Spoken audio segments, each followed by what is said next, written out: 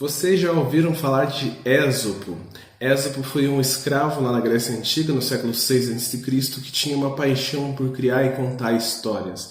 E as histórias que ele contava eram um pouquinho diferentes. Ao invés de personagens humanos, ele tinha personagens animais e ele utilizava desses personagens para tentar criar histórias onde os seres humanos tirassem alguma moral. Qual é a moral dessa história? A moral dessa história é que foi aí que nasceu as fábulas de Ésopo, que são histórias que são contadas até hoje e contadas de maneira diferente. O que eu vou contar para vocês hoje também é uma fábula.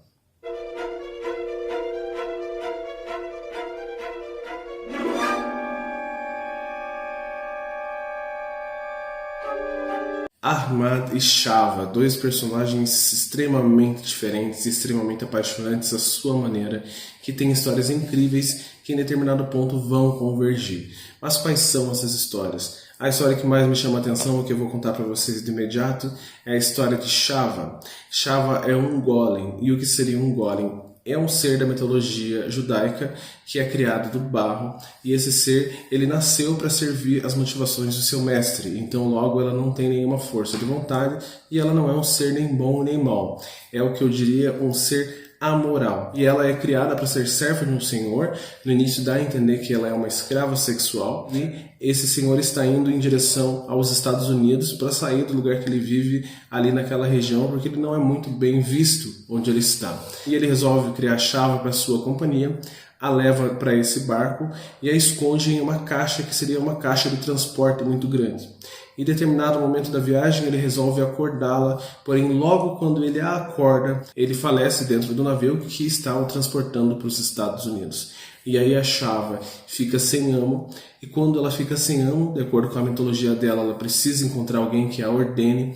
Ela começa a ouvir e a sentir todas as sensações ao redor, desde os desejos, aos sonhos, às ambições, e ela fica quase louca dentro daquele navio porque ela não sabe o que fazer e não sabe a quem se dirigir, e ela começa a ver a podridão do ser humano, daqueles que a teriam como serva, e ela desce em Manhattan completamente perdida, até que ela encontra uma pessoa que a auxilia nessa sua jornada.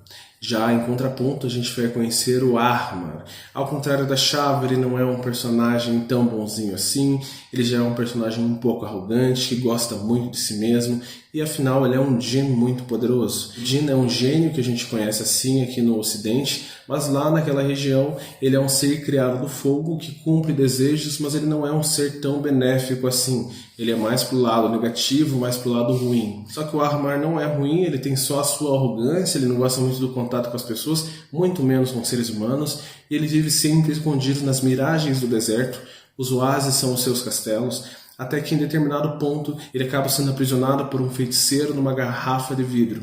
E essa garrafa vai sendo ultrapassada de anos e séculos e séculos e séculos, até que em determinado momento o Ahmad cai nas mãos de um forjador, de um cara que faz objetos de metal, e logo que ele é liberto ele consegue achar a sua função nesse mundo, afinal ele consegue mexer com qualquer item valioso de metal, de ouro, afinal ele é o detentor do fogo. E aí ele começa a ter suas criações e também começa a ter a sua evidência. O modo como essas duas histórias vai convergir não é tão bonitinho assim, porque os dois vão estar sendo perseguidos. O Ahmad está sendo perseguido pelo feiticeiro, que se tornou imortal com o tempo.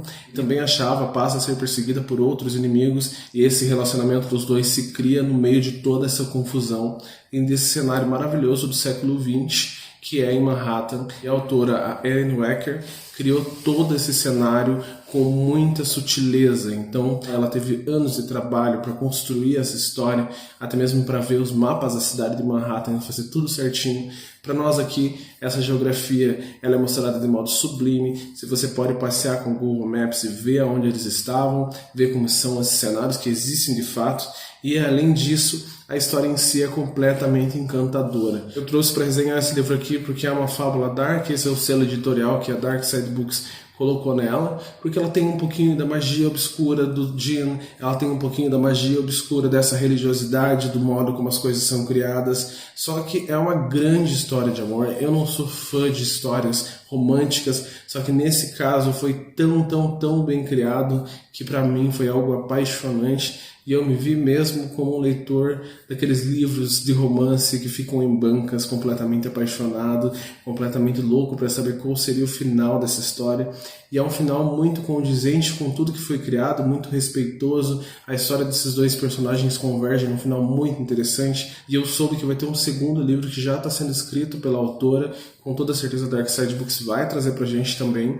E eu não sei o que vai vir dessa segunda parte da história, porque de fato nessa primeira tudo é finalizado de um modo muito interessante. Com toda certeza, como toda fábula, tem uma grande lição e tem uma moral da história.